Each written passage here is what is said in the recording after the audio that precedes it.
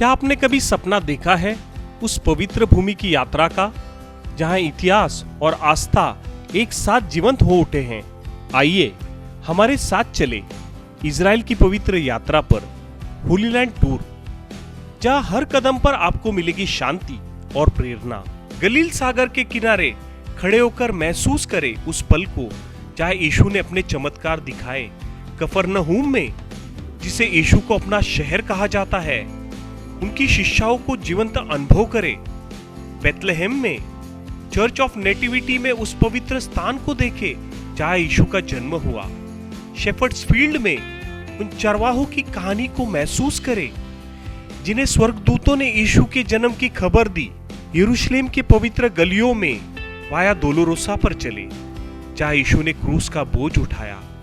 Garden Tomé में शांति और चिंतन के क्षणों का अनुभव करें। माउंट ऑफ ऑलिव से यरूशलेम के स्वर्णीय दृश्यों को देखें जहां यीशु स्वर्ग गए। इजराइल सिर्फ आध्यात्मिक नहीं बल्कि जीवंत संस्कृति का गढ़ है। स्थानीय व्यंजनों का स्वाद ले और मृत सागर में तैरने का अनोखा अनुभव करें। हमारे विशेष होली लैंड टूर पैकेज में शामिल है लग्जरी होटल, स्वादिष्ट भोजन और अनुभवी हिंदी भाषी गाइड हर कदम पर आपके साथ है, ताकि आपकी यात्रा आरामदायक और यादगार हो।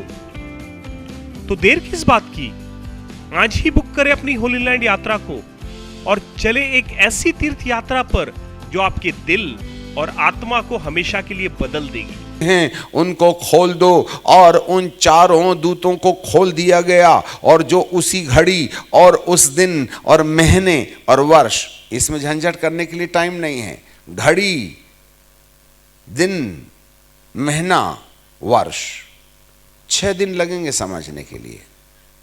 मनुष्यों की 1/3 को मार डालने के लिए तैयार किए गए थे, और फौज फिरोजों के सवारों की गिनती 20 करोड़। My goodness. धरती में एक भी देश इतना ऐसा नहीं है जिसके पास भौतिक शरीर में रहने वाले 20 करोड़ सैनिक होंगे। आप जाके गूगल में ढूंढते रहना। इससे ऐसे पता चलता है ये कोई आदमियों की सेना नहीं है, ये दुष्ट आत्माओं की सेना है, और इनका बड़ा विकराल रूप है। और मुझे दर्शन में घोड़े और उन पर सवार दिखाई दिए, और उनकी झील में आग, धूम्रकांत और गंधक की सी थी, और उन घोड़ों के सिर सिंह के सिर से थे, और उनके मुंह से आग और धुआं और गंधक निकलती थी। अरे कैसे दुष्ट आत्मा है रे ये। और इन तीनों को मरियों, आग और धुआं और गंधक में से जो इनके मुख से निकलती थी, मनुष्य की 1/3, बोलो तो 8 अरब में से 1/3 कितना हुआ? खोजते रहो आप। 1/3 मार डालने का अधिकार दिया गया। सूख रहा है ना नदी का पानी। अरे फरात, गूगल में ढूंढो ना, फरात नदी का पानी सूख गया। क्यों? अरे दुष्ट आत्माओं को निकलने के लिए भी तो रास्ता चाहिए ना। 4 स्वर्गदूत बांधे हैं, खोज के देखना। अभी भी हाथी की चिंगाड़ के सब चट्टानों से आवाज आती है। ये खोले जाएंगे, वे निकलेंगे बाहर 2/3 को मार डालने के लिए। बड़ा सिस्टम है ये। रेवलेशन जो है ना, सिर बिल्कुल पका देता है। एक दिन समझ में आने लगेगा तो फिर भगदड़ मच जाएगी। अब जरा देखिएगा, हाँ, मैं आपके लिए एक और पद पढ़ लेते हैं। प्रकाशित वाक्य की किताब, उसका 16 अध्याय और 13 पद से। और मैंने उस अजगर के मुख से और पशु के मुख से और झूठे भविष्यद्वक्ता के मुख से 3 आत्माओं को मेंढक के रूप में निकलते हुए देखा। ये चिन्ह दिखाने वाली दुष्ट आत्माएं हैं जो सारे संसार के राजाओं के पास निकलकर इसलिए जाती हैं कि सर्वशक्तिमान परमेश्वर के उस बड़े दिन के लिए लड़ाई के लिए इकट्ठा करें। 3 दुष्ट आत्माएं मेंढक के समान निकल रही हैं। एक दुष्ट आत्मा झूठा भविष्यद्वक्ता के मुंह से निकली, दूसरा पशु के मुंह से निकली, तीसरा अजगर के मुंह से निकली, राजाओं के पास में जाती। इसलिए आज धरती के राजा लोग बिल्कुल पागल हुए जा रहे हैं, कुर्सी छोड़ने को तैयार नहीं, डाल रहे हैं मौत के घाट। क्या कर लिया यूक्रेन का, बताओ। अब भाई यूक्रेन की क्या गलती थी? हैं, मट्टी में मिला दिए। अब तुमने 250 लोग तो ले गए भैया इजराइल में से, परंतु 2.5 लाखों को मौत के घाट उतार दिए। तुम्हारा सिर खराब हो गया था क्या? उनके चक्कर में तुमने विधवाओं का, बेटियों को विधवा कर दिए, गाजा पट्टी मट्टी में मिल गई। और पुतिन जी भी भैया क्या चल रहा है आज धरती के अंदर में, मैं क्यों साफ साफ बोल दूं। अब देखो हमारे कश्मीर के अंदर में लोगों को मार दिए, लो ये सब खुजा रहे हैं एक दूसरे को बिल्ली की तरह, उकसा रही हैं दुष्ट आत्माएं, सब अपना अपना शासन बनाने में खड़े। एक पैर कब्रस्तान में फिर भी गद्दी नहीं छोड़ेंगे। ये इनके सिर में बैठा है ना कोई, भाई भविष्यवाणी तो पूरा होना पड़ेगा ना। और ये लड़ाई लड़ने के लिए तैयार किए जा रहे हैं। अर्मागीदोन की लड़ाई तो जमीन में होगी, परंतु प्री ट्रिबुलेशन में जो लड़ाई होगी वह क्रिश्चियनिटी के विरुद्ध होगी। भले ये टारगेट में है इस्माइली लोग, परंतु ओरिजिनल टारगेट हम हैं। अब ठहरो तो जरा। कहने का मतलब यह है कि ये जो समस्या आज आ रही है उससे जूझने के लिए प्रभु जी ने कहा था आने वाली विपत्ति से बचने 20 करोड़ दुष्ट आत्माएं हैं। इसलिए जितने भी याजक लोग हैं सबसे पहले याजकों पर आन पड़ेगी। इसलिए हर एक सेवादार अपनी तैयारी कर लेवे, बचने के उपाय को एडवांस में समझ लेवे। आपके परिवार का जो भी व्यक्ति कमजोर होगा उस कमजोर व्यक्ति के माथे पर बैठकर आपको चौपट करने की पूरी योजना दुष्ट बना के रखा है। सावधान रहिएगा। उसका एक इलाज है, परमेश्वर की मोहर यदि माथे पर लगाए तो हम सेफ होंगे। और यदि हमने परमेश्वर की मोहर लगाने के लिए जरा भी देरी की तो ये हमको कहीं ना कहीं ऐसे उलझा देंगे जहां से निकल पाना हमारे लिए कठिन हो जाएगा। हाँ, वेरी क्लियर। इससे ऐसे पता चलता है जरूर कहीं ना कहीं कलीसिया डेंजर जोन में खड़ी हुई है। एक तो उल्टे सीधे सिद्धांतों ने हमला कर करके हमको इतना डिवाइड कर दिया है कि आज जो बाइबल में लिखा भी नहीं है हम उनको ईश्वर समझ करके अनुसरण कर रहे हैं, जिसको प्रभु ने कभी नहीं बोला। इससे ऐसे पता चलता है घृणित वस्तु द एबॉमिनेशन पवित्र स्थान में आ चुकी है। हम इजबेल की पकड़ में हैं। कहीं ना कहीं इजबेल हमारे माथे के ऊपर अपना अधिकार बना के बैठी है। यहोवा की वेदी टूटी पड़ी है और लोग रोटी में, इजबेल की टेबल में रोटी खा रहे हैं। इसलिए एलिया ने सबसे पहले, आज सुबह जो लोग आए थे तो लिखा है इजराइल आग से निकली हुई लुटकी के समान है। जब अंदर थी तो उसका मुंह लाल था, जैसे निकाला तो काला हो गया। हाँ, इजराइल आग से निकली लुटकी है। और हमने आज सुबह यह बताया था कि आग जलाने के लिए लकड़ी को चूल्हे के अंदर डालना पड़ेगा। थोड़ा सा मिठाई दे देते हैं आपको।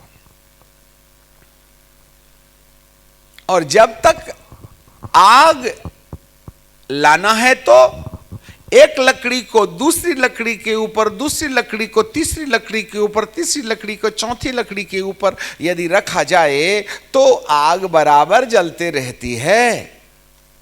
पर जब खाना पक जाता है तो हम लकड़ी को बाहर खींच लेते हैं तो आपसे आप आग बुझने लगती है। या फिर चूल्हे के ही अंदर 3 लकड़ियों को अलग अलग रख दिया जाए तो वो मध्यम जलती हैं और धीरे धीरे बुझ जाती हैं। इसका मतलब आग के उत्पन्न होने के लिए लकड़ी को एक दूसरे के ऊपर होना चाहिए। और दुष्ट को मालूम है याजकों को यदि यूनाइटेशन में रखोगे तो आग भड़केगी, इनको तितर बितर कर दो तो आग आपसे आप बुझ जाएगी। शैतान बोलेगा अपन का साम्राज्य, टेंशन लेने की जरूरत नहीं। We are divided so we can lose the fire of God. सब अपना अपना झंडा लेके, मेरा सिद्धांत, मेरा सिद्धांत, मेरी कलीसिया, मेरी संस्था, मेरा रजिस्ट्रेशन, यही तो मैं है। अब आप ही बताओ, 12 पत्थरों की बेदी बाबा एलियह ने बनाया था, 2 ही बना देता। अब आप ही बताइए, अब 12 पत्थरों में सब एक इधर पड़ा, एक इधर पड़ा, एक इधर पड़ा, एक इधर पड़ा, एक इधर पड़ा। प्रभु कहते, और ये सारे 12 पत्थर चिल्ला रहे, प्रभु आग भेज, आग भेज, आग भेज। प्रभु बोलता, 12 में किसके ऊपर आग गिराऊं?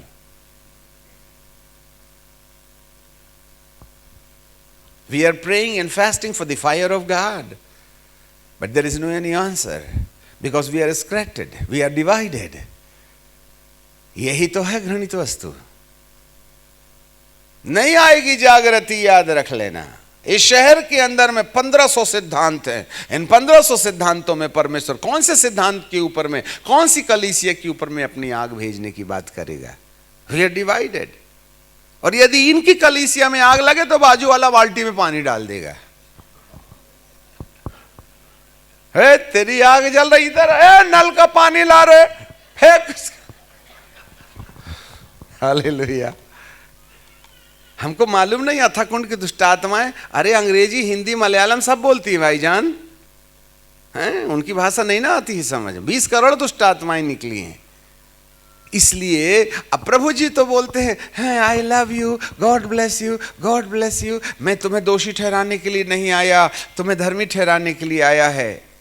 इसलिए प्रभु जी ने अपनी सेवा में दया दिखा दिखा के, लाड़ का बेटा सांड, हमको कंधे में बैठने की आदत हो गई है, हम बाहर टॉयलेट करते ही नहीं। इसलिए प्रभु बोलते हैं, पिता बोलते हैं, यीशु तेरी कला बहुत हो गई, एक काम कर, तू जा फेयर एंड लवली लगाने के लिए ना वो ब्यूटी पार्लर चले जा, कमान मैं संभालता हूं, कार्ड बांटूंगा इनका।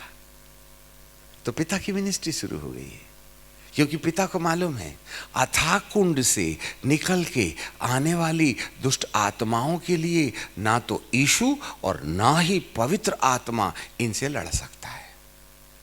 इसका मतलब तुम्हारा हमारा पावर खत्म।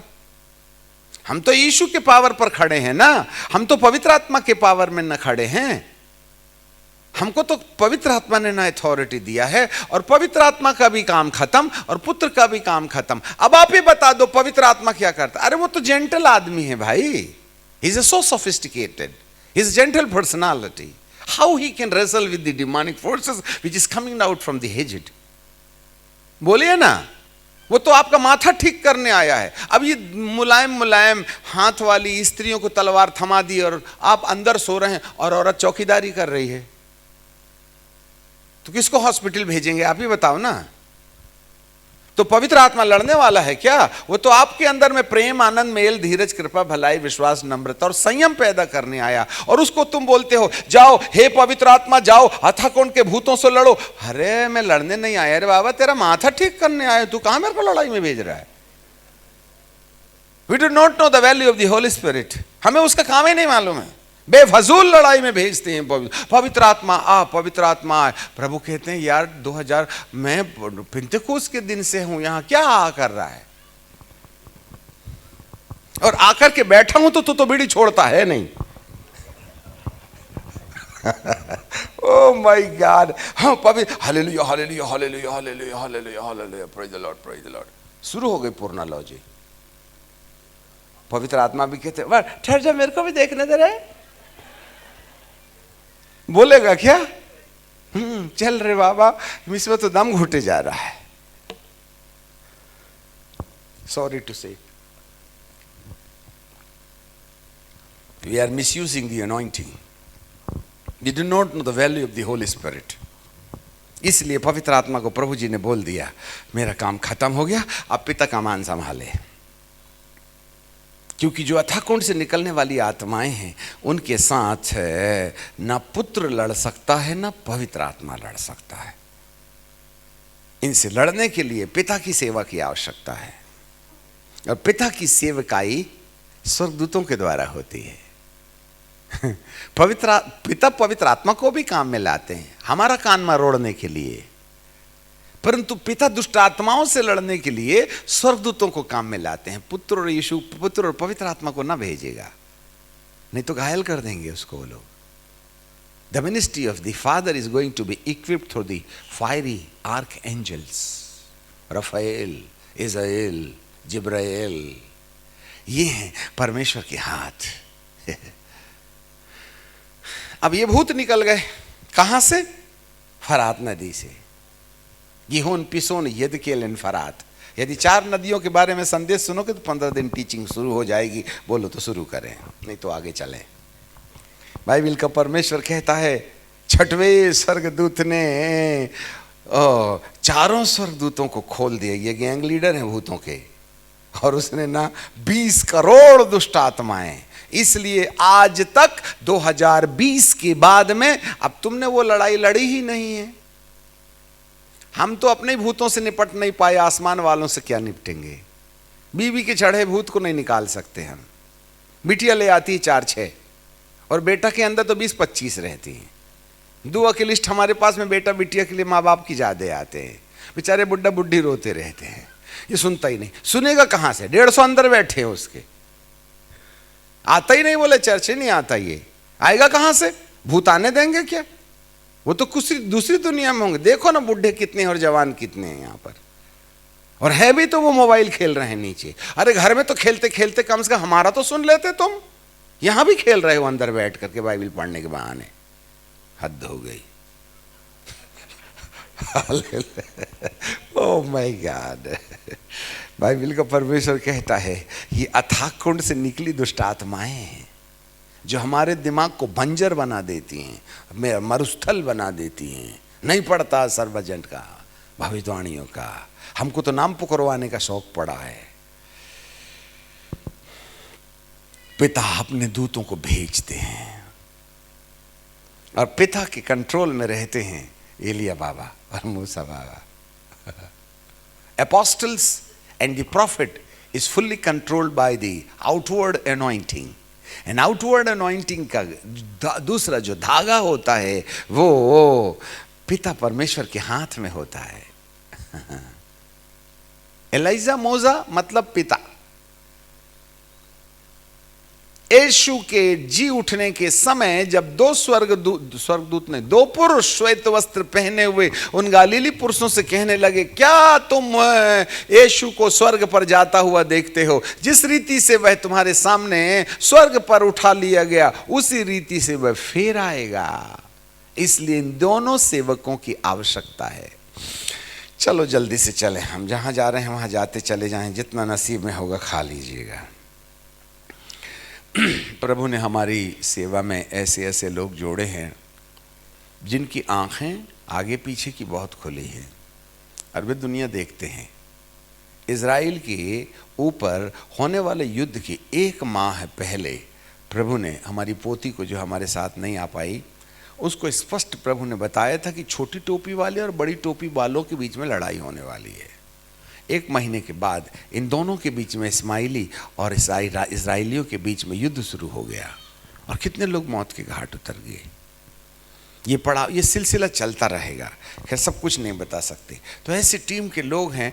हम हिमाचल की पहाड़ियों में, बर्फीली पहाड़ियों में और एकांत में जहाँ मनुष्य नहीं गया है ना, वहाँ जाकर हम परमेश्वर के साथ भारत के लिए आवाज़ सुनते हैं कि पिता परमेश्वर तू क्या चाहता है भारत देश के लिए। और वहाँ पर ऐसे ऐसे दर्शन प्रभु देते हैं जिसके बारे में कहा नहीं जाता। 4-4, 6-6, 8-8 घंटे हम बिल्कुल शून्यता की दशा में बैठकर स्वर्गदूतों की पैरवी में दुष्ट आत्माओं की हलचल को देखते हैं।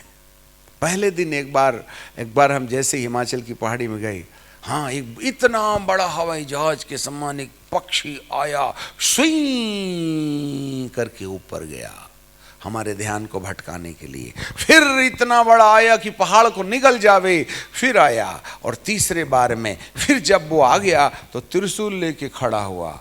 बोले यहाँ क्या कर रहे हो? जबकि हम अपने टेंशन में थे। ऐसी वाली वॉरफेयर करोगे ना तो जूते मोजे भी पैर में नहीं रहेंगे। उसके लिए तैयारी करना पड़ता है। इज अ वेरी हाईली ऊंची प्रकार की वॉरफेयर है। चलो हम कुछ भविष्यवाणी के वचन आपको कह देते हैं। अक्टूबर महीने के 2024 के नवंबर के दौरान परमेश्वर ने 2025 के लिए भविष्यवाणी दिखाई। टप टप टप मेंढक के समान कूद के बोल के चलेंगे, क्योंकि बहुत लंबा चौड़ा है। कई विषय हैं, लिखते जाना। सबसे पहले परमेश्वर ने नूह का जहाज दिखाया। दूसरा, नूह के जहाज का दरवाजा, जिससे चुने हुए प्राणी नूह के जहाज के अंदर गए थे, 2025 के लिए वो दरवाजा बंद हो गया। Grace period is over. अब नए लोगों को लाना बहुत कठिन है। अब प्रभु अपने तरफ से कुछ नहीं करेगा। तीसरी भविष्यवाणी, नूह के जहाज के दरवाजे तो बंद हो गए, परंतु खिड़कियां खुली हैं, और वो हैं 2 खिड़की, जबकि नूह के जहाज में 1 खिड़की है, जो छत से 1 हाथ नीचे है, और जहाज जो है 5 मंजिला है, जिससे झांका नहीं जा सकता है। ये खिड़की चुनाव में आने वाले लोगों के लिए है। अभी प्रभु ने बुलावा बंद कर दिया है। अब तुम जाओगे भी ना बाहर वालों के पास, तो वो तुम्हारी मानने वाले नहीं है, क्योंकि प्रभु का अनुग्रह, the grace, the ministry of the holy spirit is over. आप इसको नहीं मानोगे, हमें मालूम है, क्योंकि आप थियोलॉजियन जो हो, हम तो घुटना बाइबल कॉलेज वाले ना हैं। तो ग्रेस इज ओवर। अब अन्य जातियों में से जितने लोग भटके हैं वो भटके ही रहेंगे, जितने आ गए वो आ जाएंगे, पर जो आ गए हैं उनको प्रमोट किया जा सकता है समय के चलते, और यदि वे बदलना ना चाहें तो प्रभु उनके हाल में छोड़ देगा। परंतु जो लोग चुनाव में आ गए उनके लिए खिड़की खुली हुई है। अब जो अनुग्रह है केवल उन लोगों के लिए है जो प्रभु के बुलावे को चुनाव में बदल लेते हैं। अब एक बड़ी समस्या यह है कि बुलावे को चुनाव में कैसे बदला जाए। जी हां, इसके बाद वचन का अगला टॉपिक यह है, ये जो जहाज था पानी में तैरते तैरते अरारात के पहाड़ पर जा टिका। इस दर्शन के ऊपर 1 महीना क्लास चलेगी, पर हम केवल टॉपिक बता देते हैं। और ये जो अरारात का पहाड़ है, यहीं पर नूह नई दुनिया बसाने का आरंभ करता है। अब कलीसिया के 2 भाग हो जाएंगे, एक संस्कारी मसीही होंगे और दूसरा वो लोग होंगे जो नूह के परिवार के वंश में रह करके अपने आप को अरारात के पहाड़ पर एक नई कलीसिया के रूप में, एक नई दुनिया के रूप में एक नया संस्कार शुरू करेंगे, जिस पर अधोलोक के फाटक प्रबल नहीं होंगे। यहां से जागृति शुरू होती है। जागृति सबके लिए नहीं है। And time revival is for the selected people, those who are under the call of God, जो परमेश्वर की बुलाहट में बने रहेंगे। ये चर्च की हाजिरी बनना और बेंच गरम करने वालों का कोई काम नहीं है इस कलीसिया में जो अरारात में बनेगी।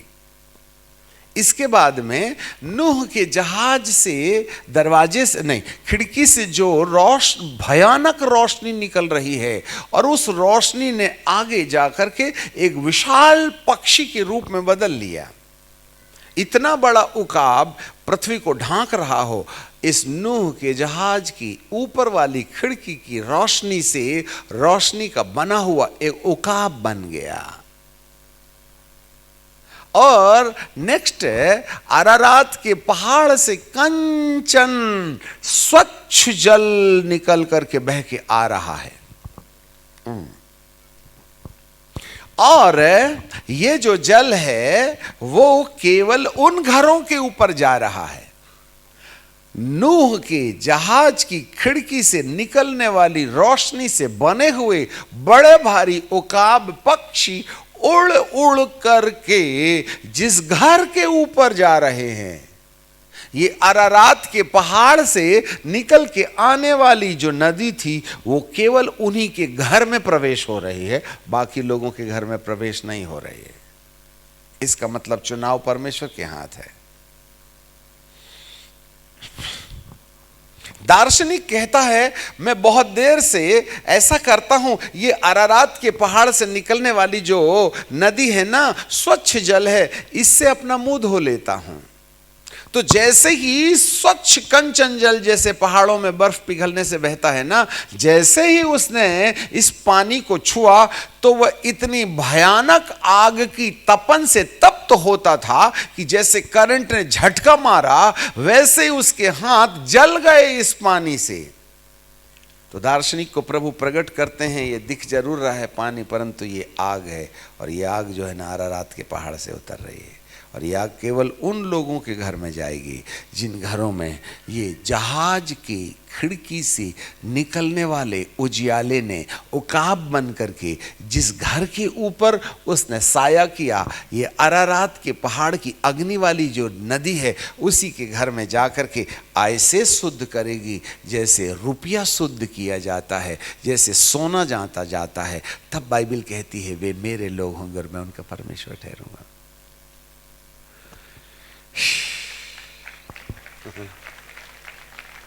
हमें फायर बैप्टिज्म थोड़ी ना समझ में आया है। फायर कोई आग थोड़ी है। हम केरल जाते हैं तो लोग कहते हैं ती ती ऊ आ ई आ सू आ, गिर गए धुपू, और बाहर निकले और बीड़ी सुलगाए। फायर कॉन्फ्रेंस में गए थे, गिर के आए और पत्नी को जब मारे तो पत्नी क्या कहती है, अजी आज तक तो 3 ही रोल निकलती थी, आज तो 5 आ गई गाल में। बोले पावर। वाह रे पावर। फायर कॉन्फ्रेंस में गए थे, पड़ोसी से अभी तक मेल मुलाकात नहीं, तुमसे बीड़ी नहीं छूटी, पत्नी को प्यार नहीं करते, ऐसे मारते जैसे भैंस को पीटते हैं। और फायर कॉन्फ्रेंस में गए थे। क्यों जली नहीं क्या तुम्हारे क्रोध की आदतें? बीड़ी नहीं जली, मोबाइल को धोए क्या, पोर्नोलॉजी धुली क्या, जली क्या, हस्त मैथ्यून जली क्या, इलीगल रिलेशनशिप जले क्या? आज 90% बेटे और बेटियां वो तो दाम्पत्य जीवन की प्रैक्टिस शादी के पहले कर चुके हैं, उनको आइडिया बहुत पहले से है, इसलिए तो शादी के बाद मजा नहीं आता। तुम तो पहले मस्ती कर लिए हो, जो बाद में करना चाहिए उसकी प्रैक्टिस। अब तुमने पहले प्यार खो दिए तो बाद में मजा आएगा क्या? इसलिए तो शादी के बाद में फकीर दिखाई देते हो, अपनी पत्नी को छोड़ के बाहर लाइन मारने लगते पड़ोसन को। क्योंकि जो बाद में शादी का मजा आना चाहिए वो तो 5 साल से भोग रहे हो तुम, तो बाद में कहां से मजा आएगा? पापी कहीं के हैं। और कहते हैं प्रभु का दास हूं। अरे काय का दास है? जेल जा रहे हो दनादन, फालतू की बात करते हो, इतने लोगों को गुमराह करके बैठे हैं आप। कौन सिखाएगा आपको? है फायर। अरे पवित्र आत्मा है, डा डा डा डा डा डा डा डा डा डा बोल करके भूत निकालते, फिर भी जाते हो जेल के अंदर में। डर नहीं लगते क्या ऊपर वाले के साथ में? वो तो जिनके चिट्ठा खुल गया उनको, नहीं तो हमारा भी खुलेगा तो हम भी तो वहीं नजर आएंगे ना। फायर। अब मिला जुला जीवन नहीं चलेगा। यीशु बहुत बर्दाश्त कर लिया है। एक बार प्रभु साल दे दे, पानी डालूंगा, खाद डालूंगा, अरे नहीं फलता यार, ये 5 साल से एक बार और, एक बार और। प्रभु भीख मांग मांग के बहुत परेशान हो गए। प्रभु जी ने कहा अब दिमाग खराब मत कर मेरा, मैं तो अब तू नहीं काटेगा तो मैं काट डालूंगा। इसलिए प्रभु ने कुल्हाड़ी हाथ में उठा ली है।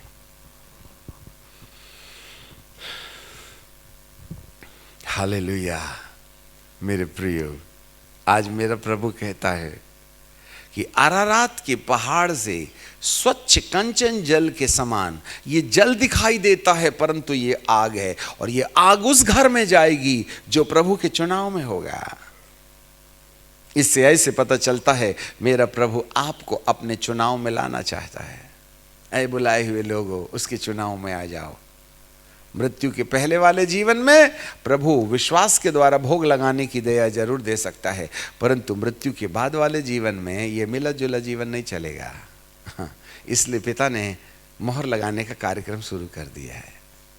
और अथाकुंड से निकली दुष्ट आत्माएं हैं ना, ये पवित्र आत्मा से नहीं डरती, नहीं तो हम कोरोना भगा देते। सरकार ने भी अपील की थी, हम तो 40 दिन प्रार्थना किए, उपवास करे, हे प्रभु कोरोना कोरोना। सारे धरती से बड़े बड़े मंत्रियों के फोन आए, अरे मसीह लोग भूत निकालते हो, ये वाला भी तो निकालो। परंतु जैसे जैसे हमने प्रार्थना किया कोरोना बढ़ते चला गया। एक भी बंदे की प्रार्थना स्वीकार नहीं की। संपूर्ण धरती के भविष्यद्वक्ता हाँ वॉशिंगटन डीसी में इकट्ठा होकर के मीटिंग में कहने लगे, हम में से किसको परमेश्वर ने इस महामारी के बारे में बताया? तो बोलते हम में से किसी को भी नहीं बताया। और जब कलकत्ता के अंदर में पुल गिरता है तो टीवी यहोशुआ को प्रभु बताता है, इतने करोड़ों लोग मरेंगे, प्रभु ने किसी को नहीं बताया। तो सारे भविष्यद्वक्ता लोग कहने लगे, हमने प्रभु की खोज करना चाहिए, हम सही भविष्यद्वक्ता नहीं है, पिता कंट्रोल में है। जो लोग ना हम जब कोरोना महामारी में आए तो एक ने फ़ोन किया, अंकल जी मेरे को कोरोना हो गया है। मैंने कहा ठहर जा, कोई बात नहीं, बहुतों का भूत निकाले हैं, तेरा भी निकालता हूँ, ठहर जा, पानी पीने दे। यीशु के नाम में कोरोना के भूत निकल। खूब गिड़गिड़ा के बाइबिल बोल के हमने प्रार्थना की। दूसरे दिन टपक गया वो। ये तो गया रे बाप। मैं बोला प्रभु कैसा? तो कोई जवाब नहीं। ठीक है। अब दूसरे ने फोन किया, अंकल जी मैं आईसीयू में भर्ती हूं। मेरे को थोड़ी सी शंका हो गई। यीशु के नाम में प्रभु, कल का कोई बात नहीं, वो एक्सीडेंटली हो गया होगा, परंतु आज मेरी तेरी दोनों की इज्जत लाज लगी हुई है, इसको छू दे, इसको चंगाई दे दे और उसको छुटकारा दे दे। 5वें दिन वो भी गया। इसके बाद में तीसरे ने फोन किया। अब दिल थोड़ा सा बैठा बैठा था क्योंकि 2 इंसिडेंट्स हो गए थे। मैं बोला कोई इंसिडेंस है यीशु के नाम में प्रभु ऐसा कर वैसा कर, ये कर वो कर ये कर, खूब प्रार्थना किए। वो उसी दिन शाम को गया। मैं बोला हे प्रभु, ये तो रिवर्स गियर लग गए। Oh my God. ये मैं आप बीती बता रहा हूं, एक भी आदमी मेरी प्रार्थना से बचा नहीं, मर ही गया वो। हमको शंका होने लगी, प्रभु 55 साल से हम आलू छीले, तो उल्टा ही करता है। अब चौथे ने फिर फोन लगाया। मैं बोला देख भाई, अब तेरी तारीख आ गई है। क्योंकि 3 अगले निकल गए और तूने मुझको फोन करके गलती किया। यदि नहीं करता तो चांस भी थे, परंतु अब तो तू टपकेगा ही टपकेगा। Oh my God. हमने कहा देख भैया, तू तो ऊपर जाने की तैयारी कर ले। अंकल डॉक्टर ने तो हाथ उठा दिए, तुम भी उठाए दे रहे हो क्या? मैं बोला भाई 4 चले गए, तेरा चौथा, 3 चले गए, चौथा तेरा नंबर है। एक काम कर, यहां तो लौटेगा नहीं, तू लिख के रख ले, यहीं से रवानगी लेगा। कम से कम एक काम कर, ऊपर जाने का बंदोबस्त कर ले तू।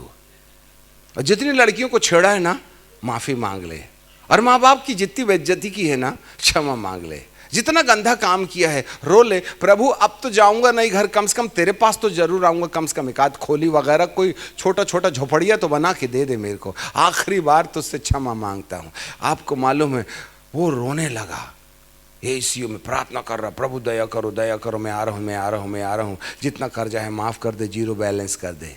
तो वो ना मारा नहीं, घर लौट गया। मैं बोला हे प्रभु, दुआ करे तो टपकता, पश्चाताप करे तो घर लौटता। अच्छा आइडिया दिया तूने। उस समय से हमने ना दुआ करना बंद कर दिया है। आपका पिछला वाला दरवाजा बंद करने का आइडिया देते रहते हैं। प्रभु जी ने साफ कहा था, मन फिराओ, लौट आओ, क्योंकि परमेश्वर का राज निकट आ गया है। आपको मालूम है कितने दिन पानी था, कितने दिन नूह जहाज के अंदर था, मालूम है आपको? हाँ, 40 दिन तो पानी गिरता था, 120 दिन तो पानी ऊपर था, और उतरता ना तो एक पूरा कीचड़ में फंस जाता। वो धरती सूखने का इंतजार किया। एक 371, पवित्र आत्मा ने साफ बताया, 371 दिन नूह जहाज के अंदर था। 1 साल 7 दिन, और 7वें दिन वो निकल के बाहर आया। एक ही दरवाजा था और एक ही खिड़की थी। दरवाजा बंद किया परमेश्वर और खिड़की बंद किया नोहा, और अंदर जाने के लिए ना इंसान को और ना प्रकाश को रास्ता था। अब एक बात बताओ, 1 साल उनको नूह के जहाज में, नूह की पूरे परिवार को और जितने जीव जंतु अंदर बैठे हैं उन सब को वहाँ रह कर के 1 साल गुजारना है। अंधेरे में कैसे जिंदगी कटी होगी उनकी, सोचते नहीं हो आप? ये सब दर्शन में दिखाई हुई बातें हैं। 1 year 371 days the Noah was inside the ark of Noah in the dark place. इसलिए उसको परमेश्वर ने टनों से ऑलिव ऑयल को, हाँ, जैतून के तेल को चमड़े की थैली में लटका लटका के रखने का आदेश दिया था। और वे उस तेल में से निकालते थे और दीवट जला जला करके, उनके पास कुछ नहीं था, उसी में खाना बनाते थे, उसी में वो, बाइबल तो नहीं थी, उसी में वो रहते थे, उनके पास कोई काम नहीं था। दरवाज़ा परमेश्वर बंद किया, खिड़की नूह ने बंद किया, नहीं तो पानी अंदर आ जाता। जी हाँ, 120 साल नूह परमेश्वर की आवाज़ सुनते रहा। लड़के बच्चे बीवी बाल कोई नहीं माने। जी हाँ, अब उनके पास कोई काम नहीं है। नूह इस दीवट के उजियाले में, जरा गंभीर से सुन लेना क्या करना है आपको अगले पड़ाव में। एक साल तक दीवट के उजियाले में 120 साल का अनुभव अपनी पत्नी, बेटे और बहू को सिखा रहा है। 1 साल की ट्रेनिंग थी उनकी। यदि मैं नूह के जहाज के अंदर पर बात करूं ना तो कई दिन लग जाएंगे, जल्दी खत्म करेंगे। आपको जानकारी मिले, वो नूह चारों तरफ बैठे हैं, उसके परिवार के लोग चारों तरफ बैठे हैं। थोड़ा सा उजियाला, खेल तो सकते नहीं, बैडमिंटन था ही नहीं, क्रिकेट की जगह ही नहीं थी। ठीक है, क्या करते, मोबाइल का नेटवर्किंग ही नहीं था वहां पर। अब मोबाइल ही नहीं था तो नेटवर्किंग कहां से होगा। उनके पास बाबा नूह के अनुभव को सुनने के अलावा उनके पास और कोई दूसरा एजेंडा नहीं था। कब रात होती थी, कब दिन होता था, कहाँ पानी में हमारा जहाज बह रहा है, कौन चिल्ला रहा है। जब पानी बरसात शुरू हुई तब चिल्ला रहे थे, नूह दादा, काका, मामा, मौसी, मौसा, चल बचाओ, परंतु इनको कोई आवाज नहीं आ रहे थे। दे आइसोलेटेड फ्रॉम द वर्ल्ड, वे संसार से अलग हो गए थे। न रोने की आवाज आती थी, न पानी गिरने की आवाज आती थी, न सूरज उगने का और न डूबने का उनको कोई आइडिया था। उनका जहाज कहां बह के जा रहा है कोई आइडिया नहीं था। वो तो जब नूह का जहाज पर्वत पर टकराया ठप करके, तब समझ में आया स्टेशन आ गया है। उसके बाद भी उन्होंने दरवाजा नहीं खोला। उनको मालूम था सब कुछ सिस्टमेटिक न ऑटोमेटिक था। वहां वेजिटेरियन और नॉन वेजिटेरियन दोनों प्राणी थे। सुनो जरा, और जितने भी नॉन वेज, शेर, पैंथर, भेड़िया, कुत्ता और जानवर जो थे ना, वो भी बेचारे मांस खाने की आदी थे।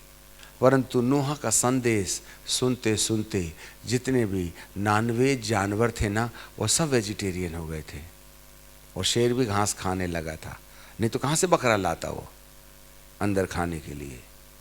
वचन में, प्रकाशन में, दीवट के उजियाले में किया जाने वाला प्रचार हर एक अहिंसक प्राणी को अहिंसक बना दिया।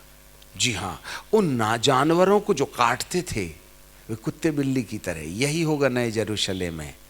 बबर शेर बैल के साथ घास खाएगा, भूसा खाएगा।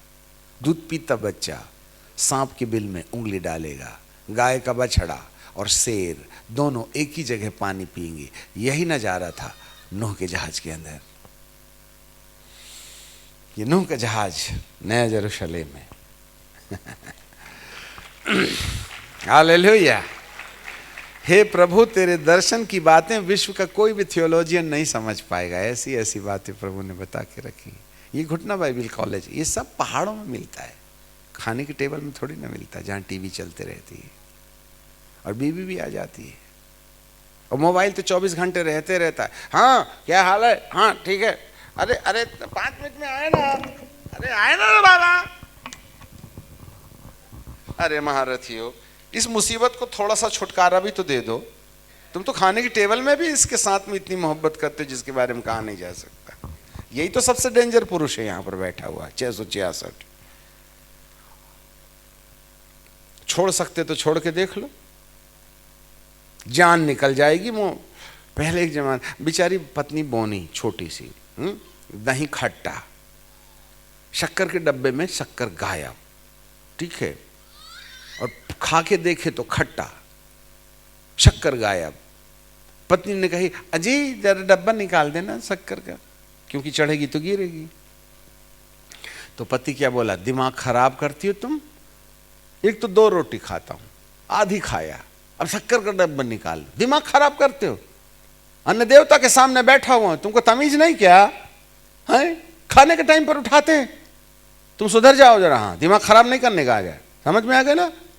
तू ही खा ले दही। मिजाज गर्म था, ऑफिस में पड़ी थी ना बत्ती, अब इतने में घंटी बजी, वो भी गर्लफ्रेंड का।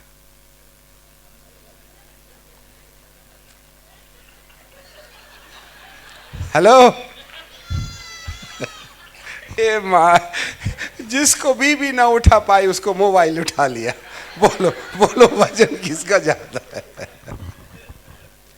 है ना पावर? हालेलुया। अरे हम तो गुलाम है भाईजान, इसके बिना तो जान निकल जाएगी। हाँ, यही तो ट्रैपिंग है, अधर्म का धोखा। छोड़ दो बातें। नूह के जहाज का दरवाजा 2025 में बंद, खिड़कियां खुली। गोशेन देश, गोशेन के घरों की खिड़कियां खुली। गोशेन वह जगह है जहां इजरायली लोगों को पश्चिम की तरफ में डेल्टा अर्थात कछारी इलाके में यूसुफ ने 12 गोत्रों के लोगों को बकरियां जहां खूब घास खाती हैं वहां मिलता है। और वहां पर उन्होंने वहीं से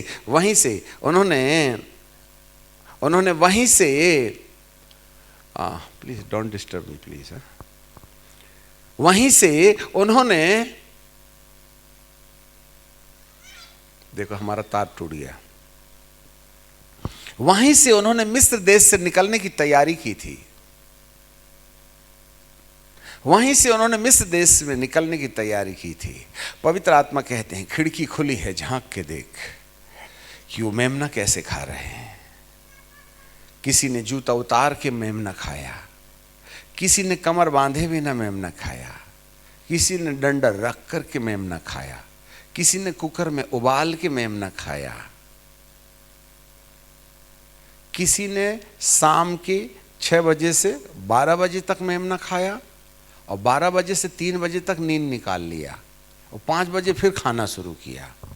किसी ने अदरक लहसुन की लेप लगा के खाना खिलाया, मेमना खाया, और किसी ने उबाल के खा लिया। पर बहुत ही कम लोग थे जो विधिवत तरीके से जूता पहनकर, कमर बांधकर, हाथ में डंडा लेकर, कड़वे साग पात के साथ सिर, पैर, अतड़ियों समेत खा रहे थे। किसी ने अतड़ियां फेंक दिया, किसी ने सिर फेंक दिया, किसी ने हड्डी फेंक दी, मांस मांस, गुर्दा गुर्दा, पुट्ठा पुट्ठा खा लिए। आज हमको तो अपने तरीके का भोजन लगता है ना, हमने मेमने का अपने तरीके से भोजन खाया है। और जिन लोगों ने भी विधिवत तरीके से मेमना नहीं खाया, ये प्रतिज्ञा के देश में नहीं पहुंचेंगे। ऐसी वाली बात गोशेन देश में हर घर की खिड़की से झांक करके प्रभु देखने को बोल रहा है। हमारा समय खत्म हुआ, निकले जरूर हो पर पहुंचोगे नहीं। सबको निकाल लिया, खून लगा था ना, परंतु दुष्ट आत्माएं देख रही थी कि तुमने बाहर तो खून लगा के मेरे को आज पहलौठा टपकाने के लिए रोक लिया, परंतु मेरे को मालूम है तुमने जूता उतार के भोजन खाया था, तुमने कमर का बेल्ट निकाल के खाए थे, तुमने डंडा बाजू में रख दिया था, तुमने कड़वे साग पात के साथ नहीं खाए, तुमने उसमें अचार मिलाए थे, तुमने अदरक लहसुन की लेप लगाए थे। मैं पहुंचने नहीं दूंगा। जो निकले थे वे रेगिस्तान में ढेर हो गए।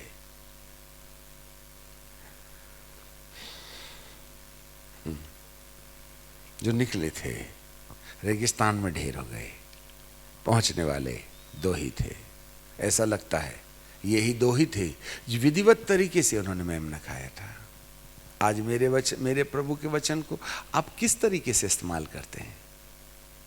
जैसा वो चाहता है, ये अपनी बुद्धि से ट्रांसलेट करके। ये तुम्हारा चुनाव नहीं आएगा। अब हमारे ऊपर प्रभु का अनुग्रह खत्म हुआ। अब बुलाए हुए लोग चुनाव में आ जाएं, अर्थात उस रोशनी में जहां वे नॉनवेज शेर वेजिटेरियन हो गए थे, दीवट के उजियाले में नूह की 120 वर्ष के अनुभव को सुनना। जी हां, 371 दिन अंधियारे में सुसमाचार के अलावा उनके पास और कोई दूसरा रास्ता नहीं था। तब जाकर के ये रोशनी बन करके उस अग्नि को जो अरारात के पहाड़ से निकल रही थी, उन घरों के अंदर ये आग उनको शुद्ध करती है।